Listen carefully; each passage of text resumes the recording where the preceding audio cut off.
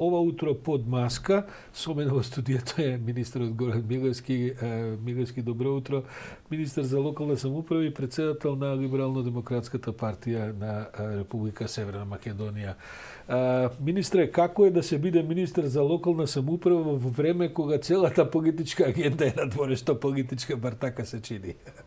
Видите, благодарам за поканата. Многу ретко и медиумите се интересираат за работата на Министерството за локална самоуправа и токму затоа ја прифатив поканата да дебатираме нешто што ни е тема на нашата работа. Практично не цела година и пол сум министер, а во таа година и пол имавме техничка влада, распуштено собрание, корона криза, меѓународната политика и едноставно темите и во јавноста, и во медиуми, меѓу граѓаните се беа други, а не локалната самоуправа и регионалниот развој, за жал. Меѓутоа, тоа не значи дека ние не треба да работиме, ние работиме, припремаме закони, припремаме стратегии, ја работиме меѓуграничната соработка со сите наши соседи, така да сме активни, меѓутоа навистина јавноста тоа не може да го види од другите поважни животни теми кои што се здравствената криза и така натаму. Добро, сепак да ве прашам, како ви се чини ситуацијата со Бугарија? Вие сте и лидер на партија и така натаму, пред да продолжиме за локалните теми.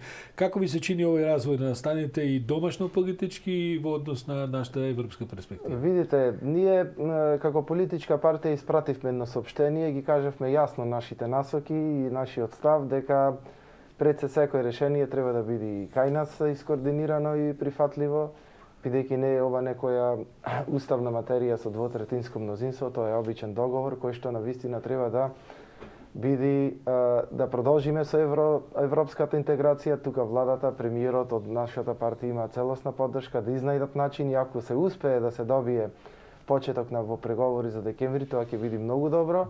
Да не осудуваме унапред или да поддржуваме нешто, сепак да дадеме процесот да течи и да видиме кое ќе биде решението. Како партија не сакаме да ги коментираме случувањата помеѓу нас и Бугарија, бидејќи во Бугарија има една политичка ситуација, тие се во предизборен период.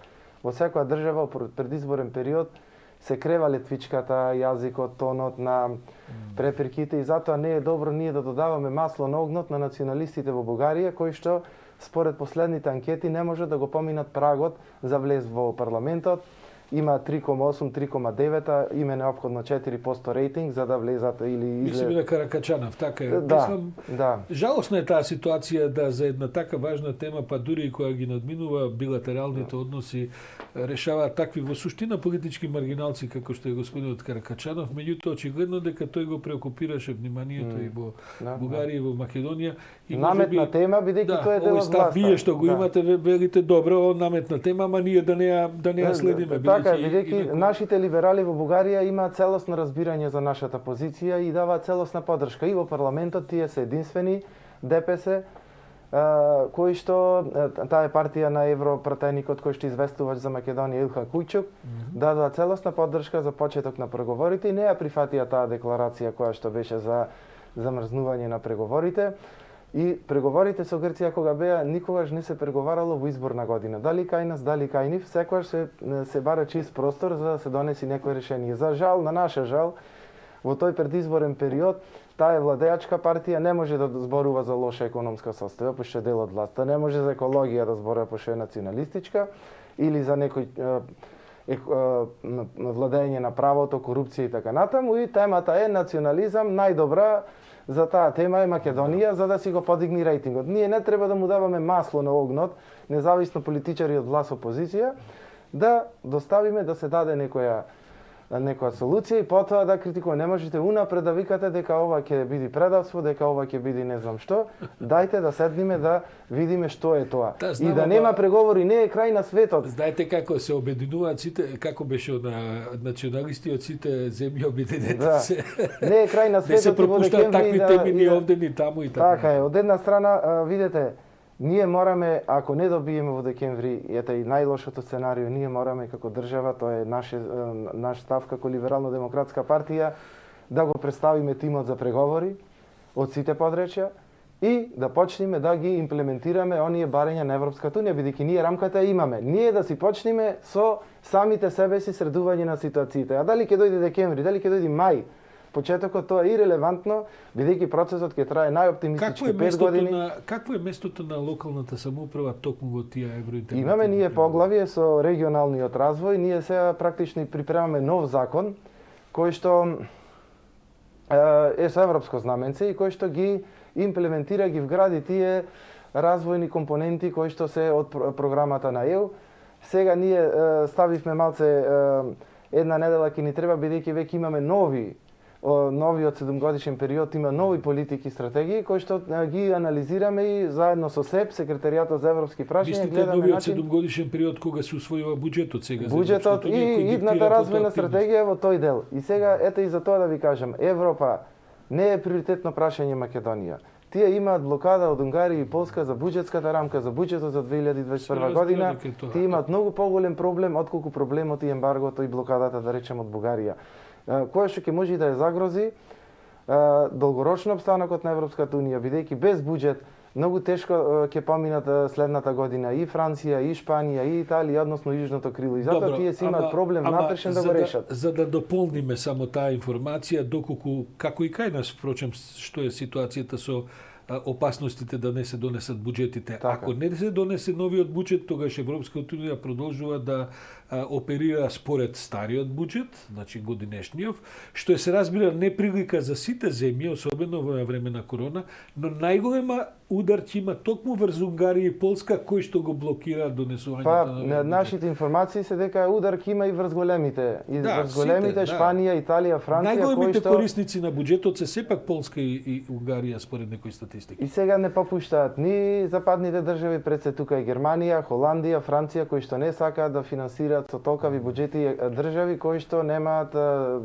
квалитетно ниво на слобода на говор, владење на правото, од друга страна тие блокираат и сега во тој судир доаѓа и нашето прашање кое што за нив е за нас е првостепено. Меѓутоа има и други работи со кои што се занимава Европската унија. Јас се надевам ќе излези се позитивно за нас, меѓутоа и да не е декември, за нас не е крај на светот, ние мораме да почнеме да самите да си ги спроведуваме реформите. Ви кажав, за нашето министерство веќе со СЕП сме во интензивна комуникација, да дадеме и нови моменти доколку имаме во нашиот закон и навистина со европско знаменце ќе биде веќе унапред ние ги припремаме работите кои што следат. Се разбира се што е дополнително, можеме со измени и дополнувања да вметнеме во иднина. Меѓутоа работиме и треба сите во таа насока да се движат сите министерства, да речам и сите институции кои што се поврзани со реформи. Милевски, некако идната година ви доаѓа приличен, како да кажам, една турканица политичка. Идната година изборна, локалната самоуправа ќе се реизбира. Говорите за важноста на евроинтеграциите и така натаму.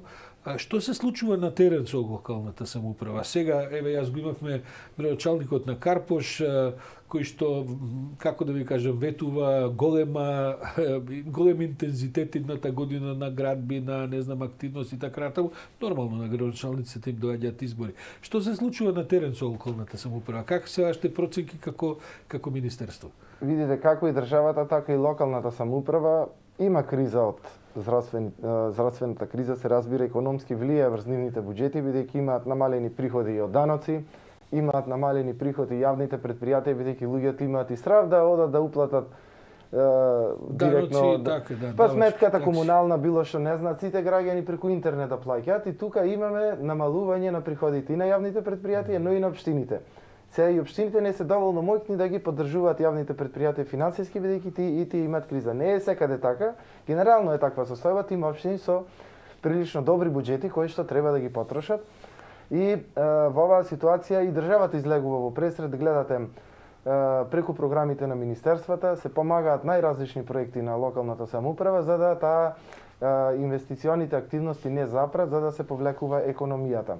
Ние се надеваме дека по завршувањето ние правевме евалуација на 10-годишна стратегија, сега во владина постапка е новата 10-годишна стратегија која што некој претходник требало да ја направи досега, меѓутоа не сакам да судам, ние ја започнавме, ја направивме. Што се главните точки во таа стратегија? Главните точки тоа е да ние со евалуацијата ги видовме проблемите во економскиот развој во изминатите 10 години, затоа таа евалуација беше нужно неопходна. Го констатиравме она што го сите гледаат дека регионалниот развој не следи паралелно во сите плански региони. Ако знаеме, изминативе 10 години се инвестирало само во Скопје и со преку милиарда евра. И затоа имаме проблеми во училиштата, во здравствените домови, во културата, во сите сфери имаме проблеми во регионите и немаме балансираност. Тоа е едно од најважните политики во секоја држава, бидејќи редистрибуцијата на општествените ресурси, ако не е подеднакво направена, тогаш имате не само економски, туку и политички проблеми во целата држава. Што предлагате во новата стратегија? И да ве прашам, вие сте министар за локална самоуправа, веројатно на вас е да притиснете околу тој рамномерен регионален развој. Тоа е законот Како оди под нас, таја? така е, меѓутоа за тоа да притиснеме треба и политички консензус помеѓу сите чинители. Па тоа значи дека го нема? Треба сите, например, министерства да распределуваат средства според степенот на развиеност. Тоа го правиме само ние преку бирото во моментот, а тоа се, да речем, малце пари. Пред се министерствата гледаат да инвестираат во квалитет на проекти. Што до некаде треба да се најди баланс помеѓу. Еве ние како заедно со швајцарците инвестиравме во спортски центар, ски центар во Кочани, Пониква. И ја реновиравме во Кочани ски жичарата. Тоа ќе повлечи, сега веќе има заинтересирани луѓе кои што сакаат да градат хотели, кои што сакаат да ја раздвижат таму економијата. И тоа е регионален и ние треба да инвестираме. Тоа треба да го направиме и на Пелистер. Значи, независно што нема проект, ние мораме да најдеме начин како некој да направи проект ние можеме да го финансираме. Разговарате ли за ова со премиерот и со колегите министри? Веќе гледате, основната воделка на оваа идеолошка воделка на оваа влада е едно општество за сите. Таја изгледа како флоскула кога се разговара политички, доколку во суштина едно општество за сите значи токму рамномерен регионален развој. Сега само за надворешна политика се разговара во влада, и наоѓате време и за овие работи. Така. Сепак се на второ ниво, пошто сепак прозорот околу него е многу значаен. Здравството е, да речам, топ тема, не е само во влада, туку и во медиуми. Ама и здравството ги дава овие резултати што ги дава како резултат веројатно на нерамномерен развој во претходните децении. Се согласувам, ние преку нашите програми за меѓугранична соработка токму исто така инвестираме во здравството, во набавка на нови современи апарати во здравствените центри во Битола, во другите градови, финансираме и проекти од здравството затоа што сакаме да го подобриме квалитетот на услугите кои што го дава здравството, бидејќи ако сака некој да инвестира, тој гледа дали има добри патишта, дали има добар здравствен систем кој што може веднаш да интервенира и тие се предуслови кои што ние мораме да ги направиме како држава. И сега ви велам, водиме сметка за рамномерниот регионален развој. Стратегијата укажа дека недоволно досега се работело на тоа прашање. Новата стратегија направија на вистина експерти од регионален развој, универзитетски професори од економски факултет, деканот и другите луѓе кои што на вистина имаат стручна способност за ова, дадоа решенија кои што доколку ги имплементираме треба да резултираат со забрзан локален економски регионален развој. И тоа не е само тоа, како влада после Нова година, после 100 дена да поминат, во кои што на вистина сите министерства имаат. Уште не се поминати веќе. Не се поминати. И ако заборавме да најави интерпелација веќе за владата, ние мораме следна година до локални избори да ја направиме реформите во децентрализацијата и новите мандати на градоначалници, совети и така натаму да започнат со работа со нови ингеренции од Што значи тоа, кажете ни подетално, какви се тие реформи? Тоа значи нови ингеренции од аспект на управување со институции, да ги делегираме на нивно управување, центрите за социјална работа, домовите за култура, сите музеи, културни институции. Има тие капацитет и ресурси треба да се припреми, справат со тоа. затоа треба една година некој подготвителен период, ресурсите ќе ги преземат и ги даваме со финансиски средства. И не само тоа, и други области во МВР зголемени ингеренции, управување со земјоделското земјиште, подрачните единици на Министерството за земјоделие. Расположени се градоначалниците да се зафатат со тоа и што владата и општините дел некои од ингеренциите не ги сакаат, меѓутоа ќе му дадеме период да се прилагодат и да се може тоа да се спроведува во изборна година, како ви се чини? Вие сте и политичар, не сте само министер. Значи, сите законски активности, што се измена на закон, делегирање на надлежности, мора сега да се направат за тој нов календарски период, што е изборен 4 годишен како мандат, да си почне од 2022 буџетот за да ги планираат парите. Ние не можеме на сред година да му дадеме ингеренции кога во буџетот не се предвидени парите за тие ингеренции. Затоа, кога ќе имате една година период на адаптирање, приспособување доволно за да се започне со новиот мандат на градоначалниците. Зел се расположен, учествуваат во преговорите, ние ќе ја апдейтираме новата, бидејќи во минатата влада во мојот прв да речем мандат од една година веќе ние изработивме детална анализа што да се превземе, меѓутоа треба сега да се уште еднаш препрочита сето тоа и со некоја одлука на влада да се задолжат министерствата да отпочнат да речем да спроведуваат реформите. Децентрализираат. Не е само институции, туку дерогираат. сакаме на пример отворени листи за избор на советници, за да советниците бидат избрани од граѓаните и тие му служат на граѓаните, не на политичките партии. До каде сте со таа иницијатива? Постојано сме во контакт со Министерството за правда, бидејќи тие ги водат овие работи. Мислам дека уште опозицијата нема дадено представник во тоа тело кое што треба да ги спроведи реформите. Министерот за правда најавуваше прилично отворена агенда во таа смисла, дека се расположени да размислат за битни реформи во тој дел. Тоа е во нашата програма владина и ние мораме тоа да го имплементираме во интерес на граѓаните, бидејќи ако советник влези таму избран непосредно од граѓаните, тој ќе води сметка по 4 години повторно да биде избран, да направи нешто за граѓаните. Сега го делегира политичка партија и тој одговара само пред политичката партија, нема одговорност пред граѓаните. Пошто работел, не работел, ако има добри релации во партијата, тој повторно ќе биде на листа и граѓаните ќе бидат приморани да го гласаат. И е тоа шанса за помали партии? Видите, тоа е шанса и за граѓанскиот сектор, например некој еколошко здружение да влезе во советот да се бори за тие права. За локални активисти може за би? локални активисти, например, не знам, за заштита на и за животни, за лица со посебни потреби, значи сите тие кои што се силни како невладини организации, со нивниот влез во советот едноставно на агендата ќе стават и други приоритети кои што се важни за одредена целна група и тоа е многу добро за локалната демократија.